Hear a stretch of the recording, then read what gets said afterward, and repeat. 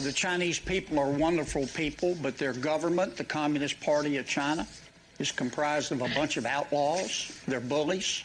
They understand only strength. If you're too nice to them, if you turn the other cheek, they just stab you in the neck. The poster child for what the general was talking about is the leadership at the National Basketball Association. The NBA leadership is so greedy, so anxious to do business in China that they do whatever the Chinese Communist Party tells them to do. If the party told the leadership of the NBA to join the Taliban, the NBA leadership would say, "Where's the line?" I'm working on a bill that would prohibit American companies from giving in to this bullying by the Communist Party of China. Things have been ramping up in terms of the U.S. response to the Chinese Communist Party. Administration's taken some major moves, but we're also seeing now more than ever how far the tentacles of the CCP stretch into America and at the very highest levels of media and entertainment and industry. Someone who's covered this very closely is our buddy Raheem Kassam. He's the editor over at the National Pulse, and they have some stories on this very issue for you to check out. Raheem, my friend, good to see you. Hey, thanks for having me, Bob. So the Lincoln Project is a bunch of never-Trumper stealth Dems who claim to still be Republicans who want to destroy Trump. You have a story up right now in the National Pulse about how the CCP, the Chinese Communist Party, feels about the Lincoln Project. What's going on with that? Well, they seem to feel very good about the Lincoln Project. I mean, this is a group of people, as you say, these never-Trumpers, who take a lot of money from Democrat donors and stand up this anti-Trump so-called Republican organization, and that's getting a lot of traction on MSNBC and in the New York Times. They love to see all of this.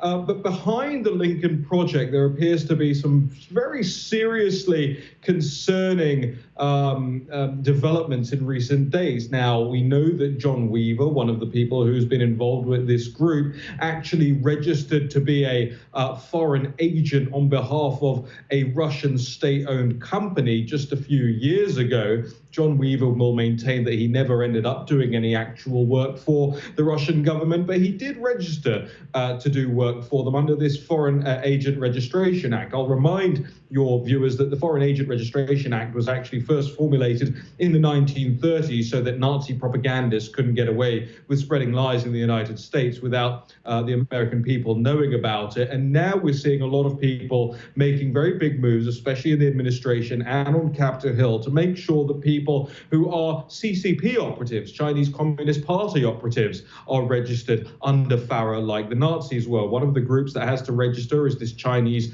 news organization, CGTN and CCTV, if you can believe they would actually call their news organization that unironically. And one of their leading contributors of late has been Max Baucus. Max Baucus was Obama-Biden's ambassador to China. Max Baucus is going around saying, you know, it's going to be great if Biden becomes president because he'll be a soft touch with the Chinese Communist Party. But more worrying still is that the Chinese Communist Party news outlets, CGTN and CCTV, alongside China Daily, of which you can still get hard copy newspapers here on Capitol Hill, which I think, frankly, is a disgrace, they appear to be endorsing the Lincoln Project, endorsing Rick Wilson, endorsing John Weaver, endorsing all of these never-Trump activists who are masquerading, as you noted, as Republicans, but who are taking Democrat money. There are a series of fawning op-eds about the Lincoln Project coming out of Chinese news agencies and being blasted in the English language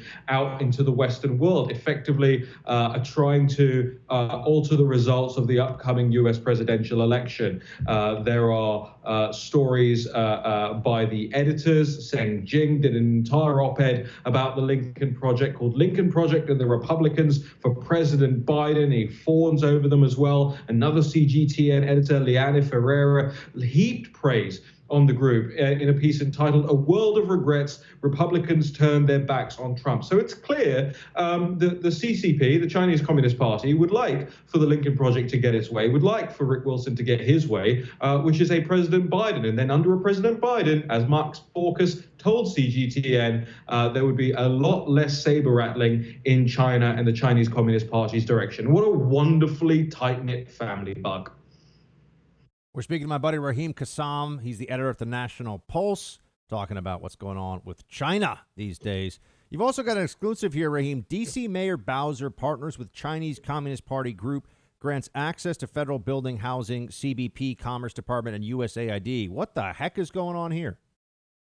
Yeah, I mean, these things have been happening for several years now, but the faithful reporters based here in Washington, D.C., actually haven't bothered to go through any of these FARA filings or go through any of the annual reports of organizations like the Confucius Institutes, which has just changed its name to become euphemistically called something altogether irrelevant, the Chinese Language Learning Center or something, because everybody knows out there now that the Confucius Institute are basically a Chinese Communist Party. It is a state-funded Chinese Communist Party propaganda institution that has its tentacles all across the United States, in primary schools, elementary schools, in secondary schools, in high schools, and on college campuses. But more importantly, as this story points out, the Confucius Institute is actually partnered with the DC Mayor, Muriel Bowser. And we went through, on the National Pulse, we went through their annual report, which gives credit to Mayor Muriel Bowser. Muriel Bowser helped them organize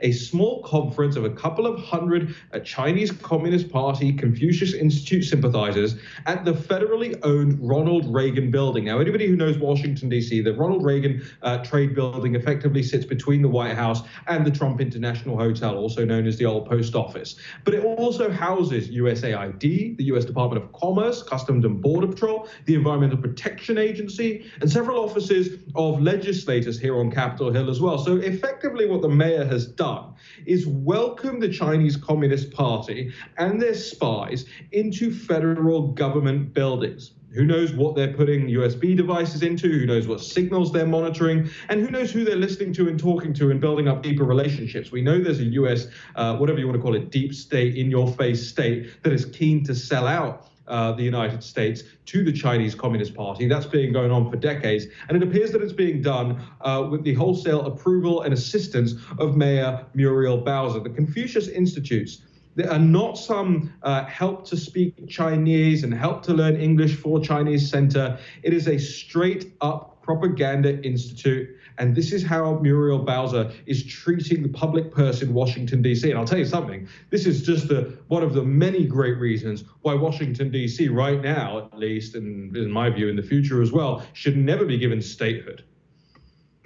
Speaking of Raheem Kassam of the National Pulse, Raheem, do you think that the whole world is waking up to, or at least large parts of the world are waking up to the reality of China? I just saw in your old country, the UK, they are going to actually go along with banning Huawei and 5G. Australia is also banning Huawei because of 5G infiltration concerns, using Huawei's technology and infrastructure to try to get 5G networks up and running. Obviously, the U.S. also has a prohibition on this. Has there been a notable sea change, in your opinion, about what people view as the real threat from the CCP? Well, there absolutely has. And people will know if they follow me on social media and so forth that I'm not afraid to critique the President of the United States when I believe that there are strategic errors being made or it isn't taking action in any place that I think needs action. But the President of the United States deserves an incredible amount of credit for what he's done here. He's pulled together an alliance of liberty, like we saw in the 1930s, in the late 1930s, when the world started to wake up to the fact that there was a global menace out there that was oppressing its own people, targeting ethnic minorities, and attempting to create a new empire. And that is exactly what we're seeing again today. And I think when history reflects on this, President Donald J. Trump will be remembered like Sir Winston Churchill was, as a hero of bringing an alliance of liberty together to confront the Chinese Communist Party. As you say, you now have Australia in this alliance of liberty. You now have India in this alliance of liberty. They recently banned 59 Chinese Communist Party apps in India. And I believe the United States will be following suit in that regard, in the tech regard as well. The Attorney General, Bill Barr, also deserves a great amount of credit when it comes to this. And I still remember the time, Buck, that you and I bumped into the Attorney General in that old post office building, the Trump International Hotel, and he was just starting out his job then. And what a very great job he's done since.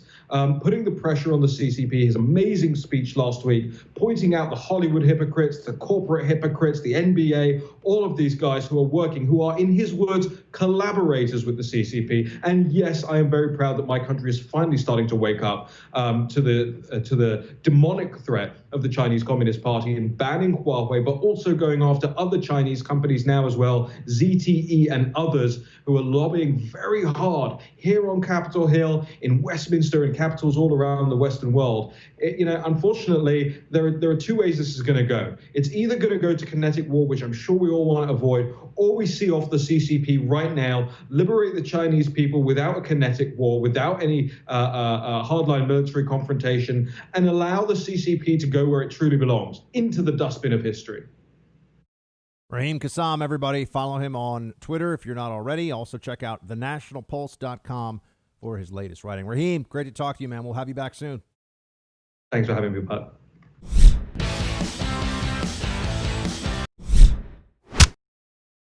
Another very sketchy and tragic murder story here, linked at least somewhat from what we know so far, linked in some way, I should say, or there is a link, whether it's relevant or not, still remains to be seen, to Jeffrey Epstein. Here's what we've got.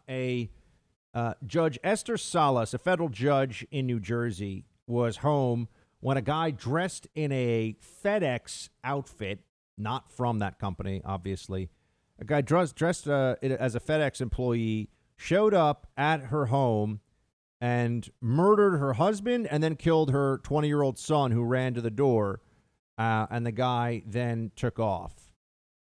And it was just days after Judge Salas had been assigned a Deutsche Bank lawsuit. It has to do with Deutsche Bank and whether, and Epstein and finances, and it's a class action lawsuit. So it's not the heart of the Epstein case, but there is some Epstein connection. A lot of people are focusing in on that. I'm not confident yet. That there is that connection. I don't know. Don't start screaming at me for being naive or something. I don't know. But I don't see a connection there yet. It could be. There is, the Post, the New York Post is running with New Jersey federal judge took on Epstein case days before her husband and son were shot. And they're now saying they've already got someone that they believe was the shooter. This is also the New York Post. A man found dead in New York's Catskills may have been behind the shooting of federal judge Esther Salas' son and husband in New Jersey. The man was found on Monday in Rockland, New York, with an apparently self-inflicted gunshot wound. The man's name and identity were not immediately disclosed, but sources say it's preliminarily believed he was an attorney who once argued a case in front of Salas. A package or envelope addressed to the jurist was found near the man's body. The FBI and police were headed to the scene to investigate a possible connection between the man and a gun found nearby. An assailant dressed as a Federal Express delivery man came to Salas's home's door around 5 p.m. Sunday and opened fire as Judge Esther Salas's son Daniel Anderl opened up. The gunman also blasted Anderl's husband, prominent attorney Mark Anderl, 63 years old. Whew, my God. The younger man was killed. The older has been hospitalized in critical condition. A horrible story. I mean, once assassinations of federal judges, this has to be taken with the greatest seriousness, and the response must have the greatest severity possible. It seems like this guy might have already killed himself if this was the shooter. I can't think off the facts we have so far, what could be even the motivation here. The guy argued a case 5 years ago in front of her, and now he went and assassinated her family members. he argued a case of. I mean, he wasn't. If it were an ex-con that she had sentenced to 20 years or something, you might see motive. I don't see motive here, but maybe there's something we don't know about this particular story. But it really shook everybody up. I mean, already when you have this was an assassination. There's no question about that. This was a targeted killing of a federal judge, or an attempt to kill a federal judge. Killed her husband, a prominent defense attorney. I'm sorry, killed her son and grievously wounded her husband, a prominent defense attorney. But this was, you got to think that they were going after the judge, and the husband answered the door. I don't know. We'll have to see what additional facts come out here. Just hard to believe that anybody could do this. Then there's the other murder case in the New York area. This one on the Lower East Side of Manhattan, where this young guy who is a tech entrepreneur and had made a few $1 million for himself was killed, they believe, by his personal assistant who followed him into his home, tasered him, stabbed him, and then chopped up his body with an electric saw and had cleaned the whole thing up. Now they're saying that it was the personal assistant. That's the allegation. But the personal assistant has just pled not guilty, and his lawyer is claiming there's much more to the story. I can't imagine what really that would mean in terms of how that's going to explain anything that's not going to send the client to prison for the rest of his life. But, two very, very unsettling cases here in the New York area. And the Epstein connection to the Salas family killing, I view it as tenuous right now, but it can't be ignored, right? It's a few days after. It was a Deutsche Bank class action lawsuit. It has to do with whether, whether they should have been paying more attention to what Epstein was doing with his money or not. That's look, I understand how the conspiracies get going and everything else, but to me, that doesn't seem close enough to this, and it wouldn't stop the case. Right, it just doesn't stop the case. So why, I don't see that. I might be missing something. I don't see that, but I do know people that are raising a lot of questions about why hasn't, Ghislaine Maxwell, nothing yet has come out.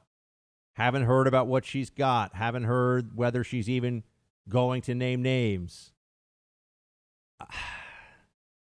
Look, the Epstein thing, very, very powerful people are implicated in the Epstein case. We know this. Some of them have already been named and implicated. Ghislaine Maxwell is going to know where all the bodies are buried.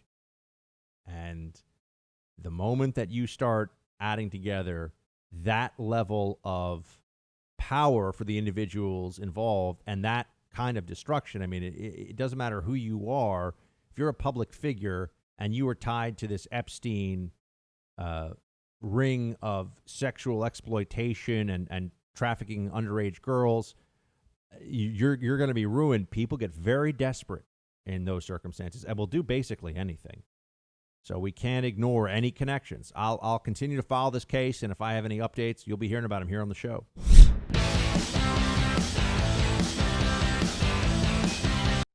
It's time for Roll Call. Roll call, everybody. Welcome. Thank you for being here. Facebook.com/Buck Sexton. Ira, we didn't do any voicemails Friday. I'm sorry about that. That's on me. I didn't call for them, but we will do them this Friday. So please do call in 844-900-2825, 844-900-BUCK. Producer Mark, I don't know. It's middle of summer, but I'm grouchy right now. Let's hear some happy things today. You're grouchy? It happens sometimes. I didn't notice. It happens once in a while. But I thought I'm the grumpy one. That's like every day. But Interesting. How are you doing? Tell us some happy things. I don't know. I have this feeling in my stomach that something terrible is about to happen. And then I look at the calendar and I realize baseball starts on Friday. Oh. The Mets are coming back to my life, so that means something terrible is about to happen. Oh, because they're not going to win? Yeah, it was a joke that the Mets make me miserable. Oh, because I thought you were a Mets fan, so I didn't really understand. Oh, I am a Mets fan. They just make me absolutely So miserable. you just accept that they make you sad? Yes. But aren't they going to get bought by like J-Lo and A-Rod and P. Diddy or something?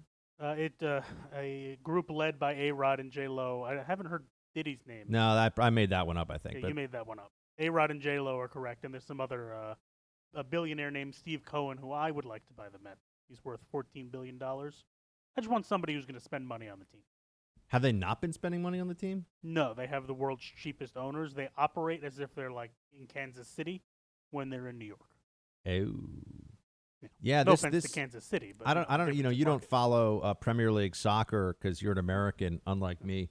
But I do know enough about it to know that there have been a couple of teams. Well, one in particular, Chelsea was bought by a Russian billionaire, and he had a really unique strategy when he bought Chelsea, the London-based Premier League soccer team, very, very well-known, globally known franchise for soccer fans. Which was, I'm just going to spend as much money as we need to buy the best players on the planet. And it turns out that's a pretty successful strategy. Yeah, that's called the Yankee method. Yeah. We're just I don't even want the Mets to buy every great player. I just want them to be competitive in free agency once in a while. You know, yeah. just, if a big player's out there, maybe just give me the idea that the Mets might be able to get him. So what are they going to do? No fans in the stands, but playing baseball games with no fans? Yeah, so MLB is the one league that is not doing so. The NBA and the NHL are starting. I think the NBA is starting this week. NHL is starting next week, but they're in bubble. So the NHL is in 2 Canadian cities. They're in Toronto for the Eastern Conference, and for the Western Conference, they're in Edmonton. The NBA is all in Orlando, and they're not allowing anyone out of the bubble or into the bubble. They're all kind of quarantining themselves and playing the games. MLB will be traveling to each city, and that's actually interesting because the Blue Jays, the Canadian government has said you can't play at home because we don't want people coming in and out of the country. Yeah, so they have to find a new site. Wow. Yeah. Canada doesn't want Americans, huh? What's up with that, Canada? I mean, their choice, I guess. Yeah, well, we are having some problems. Yeah. So. That's all right, Canada. Next time China decides to invade, we're going to remember this one. I mean, good thing it doesn't matter where they play because it's not like fans are coming. Yeah. So see, the baseball fans out there appreciate your baseball jokes. I'm just kind of I don't know what's sarcastic or what's real or anything else. So, but there are a lot of baseball fans that listen to the show. A lot of baseball fans will get my original joke how the Mets make me miserable. And also, are you excited this week to listen to fantastic voicemails at our wonderful voicemail box? Oh, of course, it's my favorite thing that I do every week. Guys, don't make producer Mark sad. Call in 844-900-2825 and leave a voicemail. Or just don't. No, I'm telling you to do it. He loves it. He's just teasing you right now. He loves it. He loves sitting there and listening to the voice. I'm clearly not serious. So let's get to our other version of roll call, which involves you writing in, and that's done at either facebook.com/Buck Sexton, or are you going through the email inbox, producer Mark? Of course I am. Okay, I thought you're not just pulling out of Facebook. Yeah, I'm pulling out of both. Just making sure. We don't want to leave our old school email folks out of the mix here. I would never do that. That's what we like to hear. All right, Marilyn. Hey, Buck. What if Trump just answered Sleepy Joe with, you release your psychological and physical medical files, and I will release my tax returns? Now, not that I feel that Trump should be compelled to release them, but it might make a good point. I'm a granny nanny army brat, army wife, army mom, who gets her daily dose of sanity by listening. Keep up the humor and information. P.S. Love the hair. Well, thank you so much, Marilyn. The hair loves you.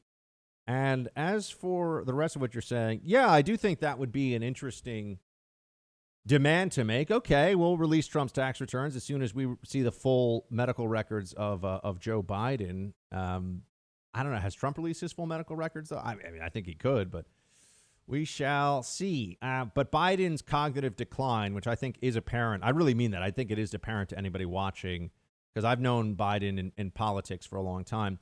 That is something the Democrats they've already baked that into the cake, so to speak. They believe that is just the way it's going to be, that's acceptable. So I don't know what else to tell you about it. They're not going to change. Doesn't matter what. Joe Biden could get up there in the debates and say that he is a rosemary roasted potato and he wants to go to the planet Zargon and then like fall asleep on stage, and Democrats would be like, he just had a bad day, guys. Trump is Hitler. So nothing would change for them. It wouldn't matter. They don't care. They're still going to vote for him. It makes no difference. So it's not possible for Joe Biden. Remember, he's been credibly accused of sexual assault. Democrats are all about Me Too and all. Oh, that's all forgotten. No one even talks about it anymore. Look at that. It's all gone. Michael, as you posted, the notion that Fauci is touting that New York handled this thing right was insane. I found myself stuck in this COVID crap because someone at work got it and have to be tested in order to go back to work. With Fauci's track record, I would much rather buy snake oil from a person on the street than listen to him. Well, Michael, I think that Fauci is a guy who has run out of things to tell us that are useful. And he doesn't want to get blamed for any bad decision making or any bad policies. And so the easiest thing under those circumstances for him to do is just to always say, do the maximum restrictions, the most draconian limitations on individual freedom. That's what he's going to do. So that's where things are right now. And yeah, his track record on this is bad. It'd be one thing if he had a real plan. What is the plan? Wear masks for 6 weeks? I promise you, if we wore masks for 6 weeks and the virus did go down, and I'm not saying that it's because of mask wearing necessarily, but if it did go down, and then we tried to go back to normal life, you know what would happen? Virus case would go up right before the election, of course, and we'd be told, time to start wearing masks again. What is the end game of that? What's the point? What are we really doing? Nathaniel. John, I'm so glad that we live in a country that allows those who hate it to run for office, like Tlaib, AOC, etc. It's alarming that they can win. It's even more concerning that they are the puppet masters of the Democratic Party. John, it's true that America hatred is something you only find on the right. I'm sorry, on the left. Pardon me. America hatred is something you only find among Democrats. They are entirely comfortable with that, with trashing this country and saying that it's not worthy, it's not a good place. It's only a good place if it puts them in charge and puts them into power. So that's where it is right now. That is the situation. It's not going to change anytime soon. And yeah, there are Democrats who really think they conflate America hatred with intellectual sophistication and moral superiority. That's really what Democrats do. That's I think, a pretty apt description of the mentality of their party. So that's what we see. That's what's happening. Just understand that. Let's see here. Nathaniel. Shields High Buck. I've had several people mention that they know who have scheduled coronavirus tests but did not get tested due to a long wait. They later received letters notifying them that they are positive for coronavirus. I can't see any reporting on this, but the anecdotes are too consistent and similar. Is anyone on this? Can you dig anything up? Thanks for keeping us warm and safe at night. Nathaniel, I have also heard this anecdotally. It's so tough to really give answers on this because it's a very big country with a lot of stuff going on. And, if you pick just one area, they say, well, that's not representative of what's happening everywhere. But I do think that there have been places where I do know that there have been places where coronavirus testing was a little bit backed up at specific locations. And I also know that you can wait 3, 4, 5 days before you find out whether you have it or not, which seems like a pretty long time considering there are 15-minute COVID tests out there. So why don't we all have the 15-minute test? I'm sure it's a resource issue and it's more expensive and so on and so forth. But I was at the White House. I got a 15-minute COVID test. And it was negative, thankfully. Next up on roll call, Jamie. Trader Joe's is under pressure to rename their ethnic products. It seems that using a Spanish name, Trader Jose's, for their Mexican items is unacceptable.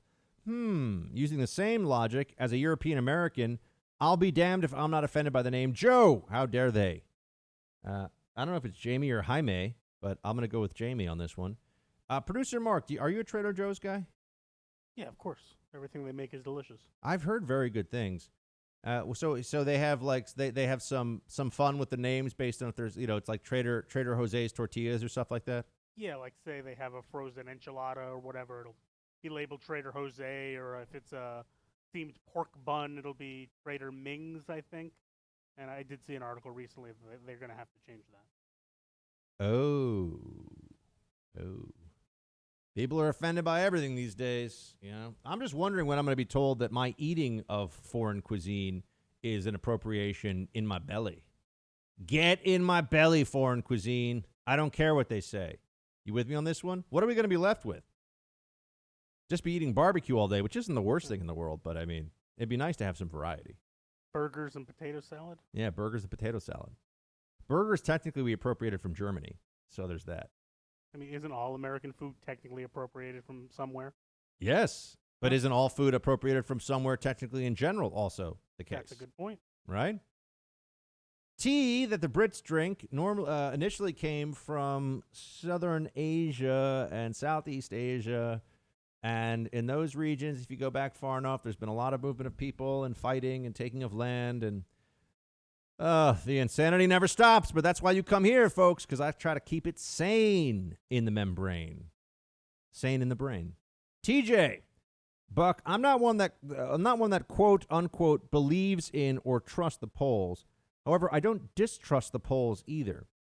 I think that at the very least, we on the right, especially those in the Trump camp, need to have a healthy respect for the polls. One of the things I fear the most is that if we lose in November, we will look back and ask ourselves how we didn't see this coming when in reality, the writing has been on the wall the whole time. I am fairly certain that when Trump debates Biden, we will definitely see an uptick in Trump's poll numbers, but will it be enough? I realize the idea that Trump can poll above 55% would be ridiculous, but regardless, it is something to strive for.